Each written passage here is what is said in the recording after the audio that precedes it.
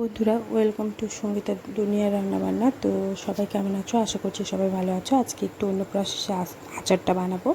আমটা পাকবর্ণ হয়ে গেছিলো, এই জন্য আমটা ছাড়িয়ে একটু থেতো করে রেখে দিয়েছি।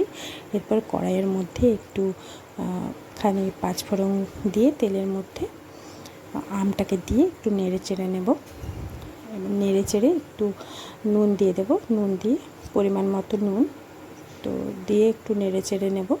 আর এদিকে একটু শুকনো তাওয়াতে একটা মশলা বানিয়ে নেব, যেটা পাঁচফোড়ন, জিরে, মৌরি, কালো জিরে, তেজপাতা সব দিয়ে বানিয়েছি। এরপর এদিকে আম হয়ে গেছে, তো নকুলদানা আর বাতাসা দিয়ে দিলাম। ওগুলো ফুটে গেলেই হয়ে গেছে রেডি আমার চাটনি রেসিপি, যেটা তো নামানোর সময় ওই যে মশলাটা বানালাম ওটা দিয়ে ভালো করে ফুটিয়ে নামিয়ে নিলেই রেডি হয়ে যাবে আমের আচার।